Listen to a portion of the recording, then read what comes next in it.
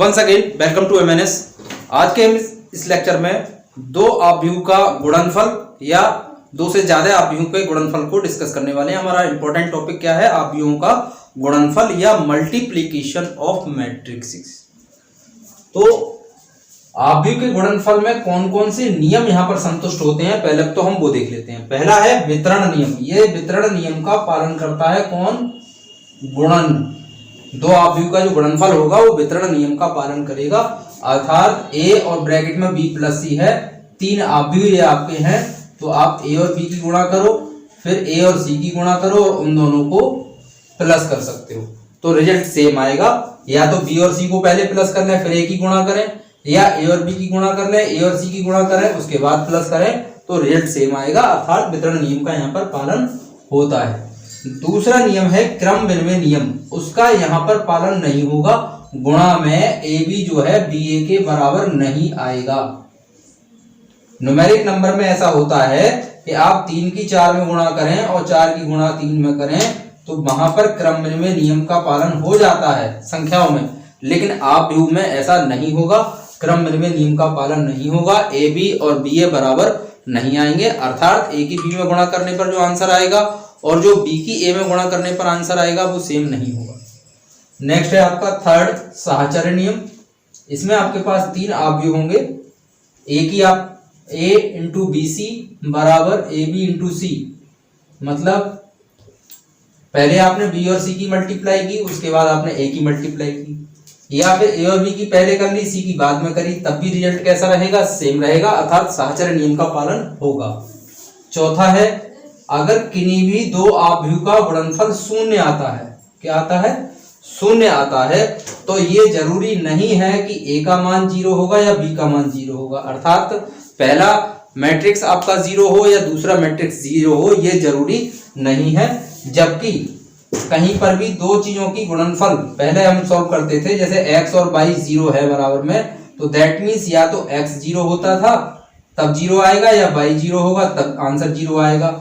लेकिन यहाँ पर मैट्रिक्स में ऐसा नहीं होगा। अगर टू प्रोडक्ट का मैट्रिक्स का प्रोडक्ट हमारा 0 है तो ये जरूरी नहीं है कि ए की वैल्यू 0 हो या बी की वैल्यू 0 हो। नेक्स्ट आता है अगर आपके पास ए बी बराबर ए सी है तो इसका मतलब ये नहीं है कि बी बराबर सी होगा। मतलब आपने ए और बी की मल्टीप्लाई की, प्रोडक्ट किया, ए और सी की मल्टीप्लाई की, तो इसका मीन्स ये नहीं है कि बी और सी दोनों मैट्रिक्स एक जैसी होंगी, ये इसका मतलब ये नहीं होगा। कैंसिलेशन लॉ का पालन ये नहीं करता। अब बात करते हैं कि मल्टीप्लाई क्या सभी मैट्रिक्स की हो सकती है? जैसे कि एडिशन और सब्ट्रैक्शन में हमने बात की थी, दो मैट्रिक्स का एडिशन और सब्ट्रैक्शन उसी कंडीशन में होता था जब दोनों के ऑर्डर सेम होते थे। लेकिन यहां पर रूल थोड़ा सा अलग है। मल्टीप्लाई हम किन मैट्रिक्स की कर सकते हैं वो देखते हैं। सपोज दैट आपके पास एक मैट्रिक्स ए है, एक मैट्रिक्स आपके पास बी है, और ए वाली मैट्रिक्स का जो ऑर्डर है यानी जो कोटि है वो m गुणा n है, और दूसरी वाली मैट्रिक्स का ऑर्डर या कोटि आपकी n गुणा p है। तो पहली मैट्रिक्स का कॉलम और दूसरी मैट्रिक्स का रो ये सेम होना चाहिए। अगर ये सेम है तो दैट मीन्स आप ए और बी की मल्टीप्लाई कर सकते हो, ए और बी की मल्टीप्लाई कर सकते हो। ओके, फॉर एग्जाम्पल ए आपके पास कोई 2 गुणा 3 कोटि का आव्यूह है, और ये 3 गुणा 2 का या 3 गुणा 1 का आपके पास आव्यूह है। तो यहाँ पर पहली मैट्रिक्स का कॉलम और दूसरी मैट्रिक्स का रो कैसा है? सेम है, तो यहाँ पर भी इसकी मैट्रिक्स की मल्टीप्लाई हो सकती है। और जो ऑर्डर मिलेगा वो किसका मिलेगा? जो रह गया, जैसे यहाँ पर 2 रह गया, यहाँ पर 1 रह गया, तो ए बी जो हमें मिलेगा वो 2 गुणा 1 ऑर्डर का मिलेगा। तो ये बात अच्छे से समझ में आ गई कि हम टू मैट्रिक्स का मल्टीप्लिकेशन तभी कर सकते हैं जब पहली मैट्रिक्स का नंबर ऑफ कॉलम और दूसरी मैट्रिक्स के नंबर ऑफ रो कैसे हो? सेम हो, तभी हम उनकी मल्टीप्लाई कर सकते हैं। ओके स्टूडेंट्स, तो एक्सरसाइज 3.2 का एक क्वेश्चन मैंने यहाँ पर लिया है एग्जांपल के लिए। ए बराबर है आपके पास 2 4 3 2 और बी बराबर है 1 3 - 2 5। इनकी आपको मल्टीप्लाई करनी है, ए बी आपको फाइंड आउट करना है। तो पहले यहाँ पे देखो ये किस ऑर्डर का है? 2 गुणा 2 का। ये भी कैसा है? 2 गुणा 2 का। तो यहाँ पर पहली मैट्रिक्स का कॉलम दूसरी मैट्रिक्स का रो सेम है, दैट मीन्स इसकी मल्टीप्लाई हम कर सकते हैं। अब करते किस तरीके से उस बात को समझ लो, और जो मिलेगा यहाँ पर वो किस ऑर्डर का मिलेगा वो भी आपको समझना होगा। जो आपके पास रह गया ये वाला 2 और ये वाला 2, तो इस ऑर्डर का आपको मैट्रिक्स मिलेगा। ठीक, अब ये 2/2 है, तो 2/2 का जो मैट्रिक्स होता है ए बराबर, मैं यहां पर लिख दे रहा हूं A11 A12 A21 A22, ये होता है आपका 2 गुणा 2 क्रम का आव्यूह। तो यहाँ पर सबसे पहले जो एलिमेंट लिखा है A11 लिखा है, मैं पहले भी बता चुका हूं, ये रो को रिप्रेजेंट कर रहा है, ये कॉलम को। दैट मीन्स पहले रो की पहले कॉलम से आपको गुणा करनी होगी, पहले रो की पहले कॉलम से। मतलब पहली रो आपकी कौन सी है, ये वाली। पहला कॉलम कौन सा है, ये वाला। इनकी मल्टीप्लाई करते हैं, कैसे करेंगे, 2 की गुणा 1 में, 2 गुणा 1, 4 की गुणा -2 में। इसी प्रकार यहां पर अब क्या आ रहा है, A12 लिखा है, मतलब पहली रो की ही आप मल्टीप्लाई करोगे दूसरे कॉलम में। अब हम इस वाले कॉलम में मल्टीप्लाई करेंगे पहले रो की। पहला है 2 गुणा 3 और 4 गुणा 5, बीच में प्लस आएगा, इस बात का आप ध्यान रखेंगे। अब इसी प्रकार 2/1 है, तो second row first column, second row की मल्टीप्लाई करोगे। अब किसकी करोगे आप, सेकंड रो की। किससे करोगे, फर्स्ट कॉलम से। तो 3 गुणा 1, 2 गुणा -2।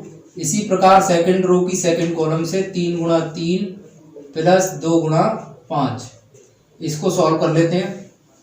2 एकम 2, 2 - 8 माइनस के 6, 5 चौक 20 और 6 26।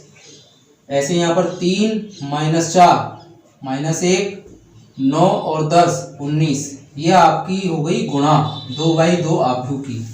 अब यहाँ तो मैंने आपको डिटेल में बताया कि हम फर्स्ट रो की फर्स्ट कॉलम में कर रहे हैं, फर्स्ट रो की सेकंड कॉलम में कर रहे हैं, या सेकंड रो की फर्स्ट कॉलम में, सेकंड रो की सेकंड कॉलम में। यहाँ मैंने डिटेल में करके भी आपको दिखाया है। लेकिन आपको क्या करना है, आपको अपनी प्रैक्टिस इतनी फास्ट और फॉरवर्ड करनी है कि ये डिटेल आपको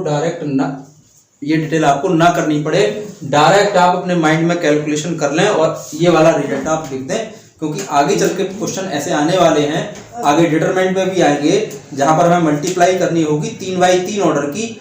तो वहां पर इतना पॉसिबल नहीं होगा कि आप इसको डिटेल में लिखें, तो बहुत टाइम आपको लगेगा, आपका लॉन्ग क्वेश्चन वहां पर बोर्ड एग्जाम में फिर रह जाएगा। तो इतनी प्रैक्टिस अपनी फास्ट रखें। नेक्स्ट है आपका क्वेश्चन नंबर 2। इसमें आपका मल्टीप्लाई करनी है 1 2 3 और 2 3 4। अब पहले ये देखो इसका ऑर्डर क्या है। इसमें 3 रो है और 1 कॉलम है, इसमें 1 रो है और 3 कॉलम है। इसका मतलब पहले आव्यूह का कॉलम दूसरे आव्यूह का रो समान है, इसकी गुणा हम कर सकते हैं, तो गुणा कर लो। लेकिन मिलेगा किस ऑर्डर का, जो बचा 3/3 का। अब सोच रहे हो कैसे मिलेगा, फर्स्ट रो अब 3/3 का मिलेगा, तो यहाँ पर एक एलिमेंट और आ जाएगा। कौन सा आ जाएगा, A13। यहाँ पर कौन सा आ जाएगा, A13। 1 1 1 2 1 3, ऐसे ही 2 1 2 2 2 3 3 1 3 2 और 3 3। तो फर्स्ट रो की फर्स्ट कॉलम से करेंगे। फर्स्ट रो आपका कौन सा है, 1। फर्स्ट कॉलम आपका क्या है, 2, तो इसकी मल्टीप्लाई करो 2। फर्स्ट रो की सेकंड कॉलम से, मतलब इससे फिर इससे, एक एक करके। तो 1 की 2 से की आपने 2 आ गया, 1 की 3 से की 3 आ गया, 1 की 4 से की 4 आ गया। अब ये सेकंड एलिमेंट लेना होगा आपको सेकंड रो का, तो सेकंड की करो, 2 दूनी 4 6 2 चौक 8। इसी तरीके से 3 की करोगे, 6 9 और 12। ये आ गया आपका 3/3 का। इसमें 3 आपकी रो है, 3 कॉलम है। नेक्स्ट क्वेश्चन है, a बराबर दिया है, i बराबर दिया है, a² = ka - 2i है। आपको k की वैल्यू बतानी है। तो पहले आप a और a की मल्टीप्लाई करने के लिए दोनों मैट्रिक्स को लिख लो। दूसरी मैट्रिक्स लिख लेते हैं, 3 - 2 4 - 2 इक्वल में k। a आपके पास है 3 - 2 4 - 2 माइनस में i 1 0 0 1। अब इसकी मल्टीप्लाई हम थोड़ी सी डायरेक्ट करेंगे, पहले की तरह डिटेल में नहीं करेंगे। तो फर्स्ट रो की फर्स्ट कॉलम से करो, 3 3 9 और माइनस का 8, 9 - 8 1। इसी तरीके से फर्स्ट रो की सेकंड कॉलम से आप करोगे 3 दूनी 6 माइनस का 6 और यहाँ पर 3 दूनी 6 माइनस का हो गया, या देख ही लो, चलो कंफ्यूजन हो रहा है तो 3 3 9 और 2 की 4 से आप करोगे 8, फिर सेकंड कॉलम से 3 दूनी 6 माइनस का प्लस का 4, दूसरी रो पहला कॉलम 12 माइनस 8, 4 दूनी 8 plus 4, second row second column. यहाँ पर आपको क्या करना होगा, के की सब में गुणा करनी होगी, 3 के लिख दिया, माइनस में ये वाला अवयव आएगा पहला वाला, फिर आपने की -2 के, इसमें 0 माइनस होगा वो हम नहीं लिख रहे हैं, तो 4 के और यहाँ पर आएगा माइनस का 2 के -1। फाइनली यहाँ पर कितना रह गया, 9 में से 8 गया 1, 6 में से 4 गए 2, 12 में से 8 गए 4, 8 में से 4 गए 4। अब दोनों ओर की आपको क्या करनी होगी, तुलना करनी होगी। तुलना करने पर आपको के का मान मिल जाएगा। कैसे, मैं एक सिंगल एलिमेंट को बता दे रहा हूं, बाकी आप इटसेल्फ भी कर सकते हैं। तो 3 के -1 बराबर किसके हो गया, 1 के। 3 के -1 बराबर 1, तो यहाँ से के का मान मिल जाएगा आपको 2/3। इसी प्रकार हम औरों की भी तुलना कर सकते हैं। -2 के को -2 के बराबर, 4 के को 4 के बराबर, -2 के -1 को -4 के बराबर, तो के अन्य मान भी आपको मिल जाएंगे। ओके स्टूडेंट, तो इस तरीके से हम दो मैट्रिक्स का मल्टीप्लिकेशन कर सकते हैं। अब हम नेक्स्ट वीडियो में डिस्कस करेंगे परिवर्त आव्यूह और सममित आव्यूह और विषम सममित आव्यूह।